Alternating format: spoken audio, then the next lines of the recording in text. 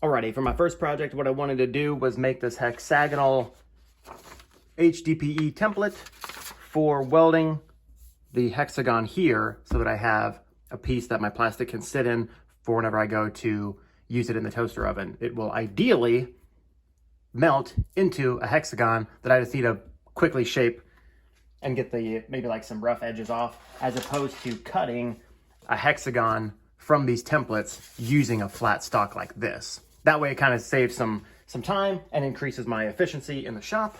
So what I want to do is I'm just going to use this skinny side rather, as the 6-inch marker, because this guy, these edges are just 2 inches. So I don't need a lot of room. So I might just go with, or maybe I could just do it this way. Would 4 inches work? 1, 2, 3, 4. Yeah, that should be fine. Then click. So then I know that this is my piece, and then I'll cut this out. The template can go on here. There we go. That's pretty easy, right? You just slap it right there. So this guy right here will just kind of sit as my template, and then we'll just weld the pieces that we cut off from here. Just, and then we'll take it for a test.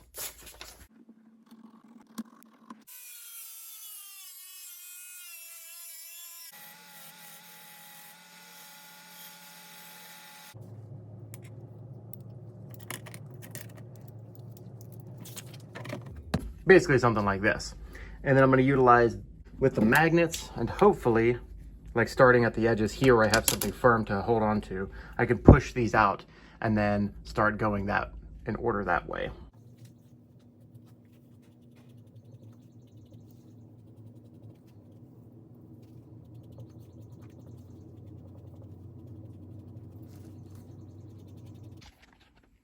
So here basically you can see a little bit easier that doing these sections of 3, I can try to maintain a better alignment, and then this way it'll be, a little more confidence building in order to get everything, I would say squared away, but I would say hexed away. That kind of makes it sound a little more negative, but it'll be all set.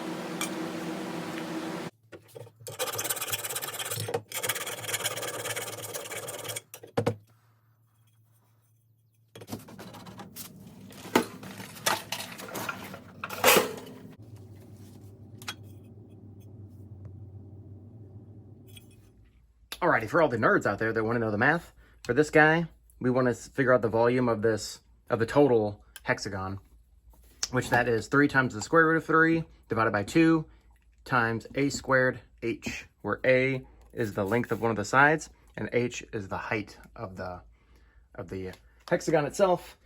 So if I'm looking at this, the a is approximately 45 millimeters, and the depth, it looked like, was 13 millimeters. And so if I do the math here, right, I got this constant right here is about 2.6 times 45 millimeters squared times 13, which was a height.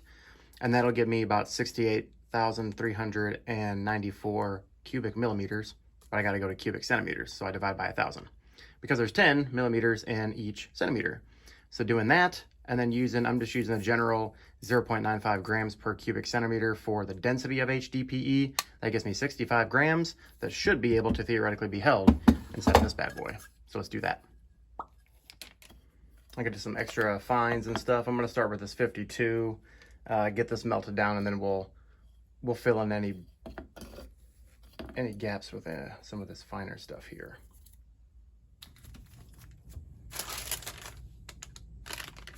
This is just parchment. All right, here we go so far. It's already solidifying, but I did just take it out. It's been in there for about maybe 15 minutes.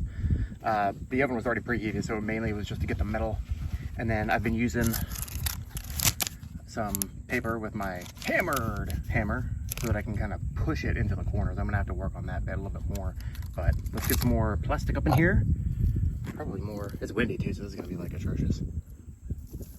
Oh my gosh. So long, plastic, be free. Except not, because that's probably not good for, like, cats and dogs. Do you like dogs? Dogs. What? Yeah, dogs. Dogs. Do you like dogs? Oh, dogs. Sure. I like dogs. Okay, and goodbye, sweet baby. I'll see you in another 15 minutes.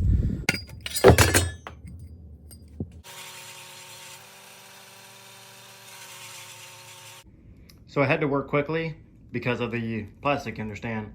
But I made a little topper that's made out of metal, thinking that like later I could just kind of reinforce it as like a hinge, but I feel like in hindsight that's not a good idea. And then in a panic type situation, I made a little wooden block that has a piece of paper. You can probably see it right on the edge there. It's parchment, right? So that way that could apply some force on the inside, keeping the shape hexagonal, and then the metal reinforcing for pressure. And then I use 3 clamps that are kind of interchanged, 2 on top, 1 on the bottom, and a piece of wood because the metal is hot. And I'm pretty confident that my seams will hold, but you know, it is welded metal, so here we go.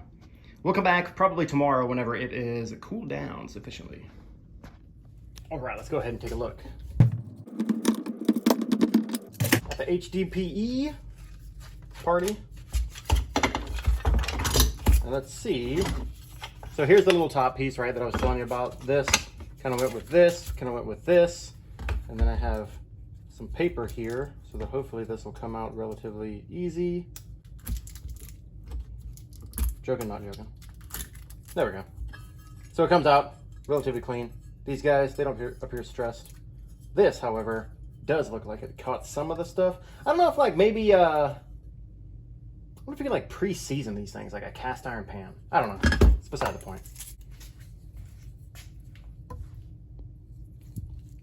So here's your piece, right? It's very, it's colorful. This side is obviously the poopy side, because this is where all the compression went into. And if you're not like twisting it and rolling out of the bubbles, which like I don't really want to take the time to do that every single time. There are certain projects where I do. This is one of the ones where I don't. So this will obviously need to be sanded or planed or whatever to get these little gooey bits off. But this is obviously, this is your cool side. Welcome to the cool side of the pillow. Works every time. It's pretty smooth. It's got a really smooth surface on here. So now I can have a coaster. All right, so now we clear some of the stuff out of the way here, right? So we have our thing. I can put my not beer on it. And then this way, you know, like it's not beer, right? This is like really, this is the new Sawdust Fizzy Water, all right? It's locally sourced and it's delicious. And so it gives me all the nutrients, all the cellulose that the body craves. Pretty sure the body can't process cellulose. I'm just joking. Don't eat sawdust. So, anyways, I'm pretty happy with this, right? You can have like little hexagons on. You can probably be inspired to do like other shapes, like a pentagon or an octagon. Yeah. So that's pretty cool, dude. That's it. That's the end of the video. I hope you you enjoyed my experimentation with welding and plastic recycling. Getting back into the plastic recycling is always a good thing, right?